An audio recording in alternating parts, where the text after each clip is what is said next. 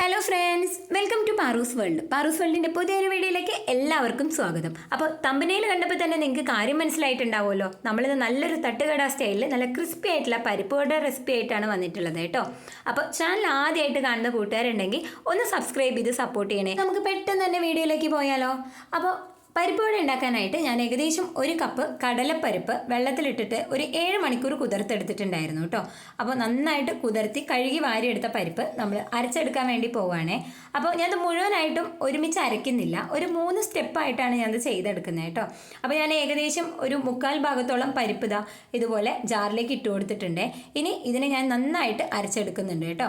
അത്യാവശ്യം തരികളൊക്കെ നല്ല കുറഞ്ഞ രീതിയിലാണ് അരച്ചെടുത്തിട്ടുള്ളത് ഇതുപോലെ. ഇനി നമ്മൾ ഇതൊന്ന് ഒരു പാത്രത്തിലേക്ക് മാറ്റി കൊടുക്കുകയാണേ. ഇനി 1 ടേബിൾ സ്പൂൺ ഒഴിച്ച് നമ്മൾ ബാക്കി പരിപ്പിനെ ഇതേപോലെ ഒന്ന് ചതച്ചെടുക്കുന്നേ ഉള്ളൂ കേട്ടോ. അത്യാവശ്യം നല്ലോണം തരിയോടുകൂടി പരിപ്പുകളൊക്കെ ജസ്റ്റ് ഒന്ന് ചതഞ്ഞിട്ട് മാത്രമേ ഉള്ളൂ. അപ്പോൾ ഇതേപോലെയാണ് നമ്മൾ രണ്ടാമത്തെ പ്രാവശ്യം ചതച്ചെടുത്തിട്ടുള്ളത്.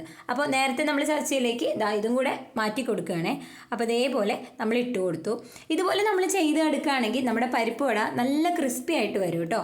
ഇനി നമ്മൾ ചേർത്ത് കൊടുക്കുന്നത് നമ്മൾ നേരത്തെ ബാക്കി വെച്ചിട്ടുള്ള മുഴുവനായിട്ടുള്ള കടലപ്പരിപ്പാണ്. അപ്പോൾ അതും കൂടെ ഇതിലേക്ക് ഇട്ട് കൊടുക്കുന്നുണ്ട്.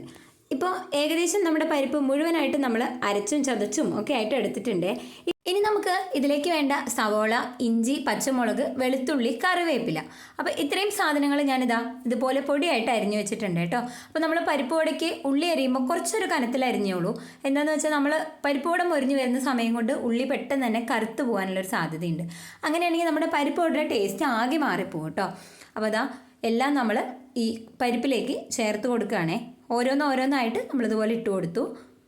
ഇനി നമ്മൾ ഉപ്പാണ് ചേർത്ത് കൊടുക്കുന്നത് കേട്ടോ. അപ്പോൾ പരിപ്പ് വട ഉണ്ടാക്കുന്ന സമയത്ത് നമ്മൾ എപ്പോഴും ഉപ്പ് അവസാനം മാത്രം ചേർത്ത് കൊടുക്കുക. ഉപ്പ് നമ്മൾ ചേർത്തിട്ട് കുറച്ച് അധികം നേരം വെക്കുകയാണെങ്കിൽ അത് കുഴഞ്ഞു പോകാനുള്ള ഒരു സാധ്യതയുണ്ട്. അടുത്തതായിട്ട് നമ്മൾ പെരിഞ്ജീരകമാണ് ചേർത്ത് കൊടുക്കുന്നത് കേട്ടോ. പെരിഞ്ജീരകം ചേർത്തിട്ട് പരിപ്പ് വട തയ്യാറാക്കി നോക്കാത്തവർ ഉറപ്പായിട്ടും ഒന്ന് ചെയ്ത് നോക്കൂ കേട്ടോ. നല്ലൊരു ടേസ്റ്റാണ്. ഈ പെരിഞ്ജീരകം മൊരിഞ്ഞ് വരുമ്പോൾ നമ്മുടെ ഈ പരിപ്പ് വടയ്ക്ക് നല്ലൊരു ടേസ്റ്റും മാത്രമല്ല നമ്മുടെ ഗ്യാസിൻ്റെ ചെറിയ ഇഷ്യൂ ഒക്കെ ഉണ്ടെങ്കിൽ അത് അങ്ങോട്ട് മാറിക്കോളും. അപ്പോൾ നമ്മളിതാ ഒന്നും കൂടെ ഒന്ന് നന്നായിട്ട് യോജിപ്പിച്ച് കൊടുക്കുന്നുണ്ടേ. ഇനി നിങ്ങൾക്ക് ആവശ്യമുണ്ടെങ്കിൽ മാത്രം കുറച്ച് മഞ്ഞൾപ്പൊടി ചേർത്ത് കൊടുത്തോളൂ കേട്ടോ. കുറച്ചൊരു നല്ലൊരു നിറമൊക്കെ കിട്ടണമെന്നുണ്ടെങ്കിൽ കുറച്ച് മഞ്ഞൾപ്പൊടി ചേർത്ത് കൊടുക്കാം. അപ്പോൾ ഞങ്ങൾ എപ്പോഴും ഒന്നും ചേർക്കാറില്ല, വല്ലപ്പോഴും ചേർത്ത് കൊടുക്കാറുണ്ട്. അപ്പോൾ എന്തായാലും ഞാൻ മഞ്ഞൾപ്പൊടിയും കൂടി ഇട്ടിട്ടുണ്ട്. ഇനി ചെറുതായിട്ട് ഒന്ന് മിക്സ് ചെയ്ത് എല്ലാ ഭാഗത്തൊന്ന് യോജിപ്പിച്ചെടുക്കുക. ഇനി നമ്മൾ സമയം ഒട്ടും കളയണ്ട, നമ്മൾ പെട്ടെന്ന് തന്നെ നമ്മുടെ പരിപ്പ് വടകളാക്കിയിട്ട് എടുക്കുക കേട്ടോ. അപ്പോൾ എല്ലാവർക്കും അറിയായിരിക്കും, നമ്മൾ ഇതേപോലെ അത്യാവശ്യം ചെറിയ ബോൾസ് ആക്കിയിട്ട് നമ്മുടെ ഉള്ളം കയ്യിൽ വെച്ചിട്ട് ഒന്ന് ചെറുതായിട്ടൊന്ന് അമർത്തി ഇതുപോലെ ഒന്ന് സൈഡൊന്ന് ഒപ്പാക്കി കൊടുത്തു കഴിഞ്ഞാൽ നമ്മുടെ പരിപ്പ് വട എളുപ്പമാണ് നമുക്ക് ഉണ്ടാക്കാൻ വേണ്ടിയിട്ട്. അപ്പോൾ ഷേപ്പ് കിട്ടുന്നില്ല എന്നൊക്കെ പറയുന്ന കൂട്ടുകാരുണ്ടെങ്കിൽ ഇതുപോലെ ഒന്ന് ചെയ്ത് നോക്കൂ കേട്ടോ. ചിലർ വാഴയുടെ ഇലയിലൊക്കെ വെച്ചിട്ട് പരത്തുന്നൊക്കെ കാണാറുണ്ട്. അപ്പോൾ നമ്മൾ ഈ ചെയ്തെടുക്കുന്ന സമയം കൊണ്ട് നമ്മുടെ എണ്ണ നന്നായിട്ട് ചൂടായിട്ട് വന്നിട്ടുണ്ടായിരുന്നു. അപ്പോൾ എപ്പോഴും എണ്ണ നന്നായിട്ട് ചൂടായതിന് ശേഷം മാത്രം നമ്മൾ പരിപ്പ് വടകൾ ഉണ്ടാക്കി തുടങ്ങുക. അപ്പോൾ നന്നായിട്ട് മൊരിഞ്ഞ് വരുന്നുണ്ടേ. അപ്പോൾ നമ്മൾ പരിപ്പ് വടകൾ ഇതേപോലെ ഒരു സൈഡ് അത്യാവശ്യം ചെറിയൊരു ബ്രൗൺ കളർ ആകുമ്പോൾ നമ്മളൊന്ന് മറിച്ചിട്ട് കൊടുക്കുക കേട്ടോ.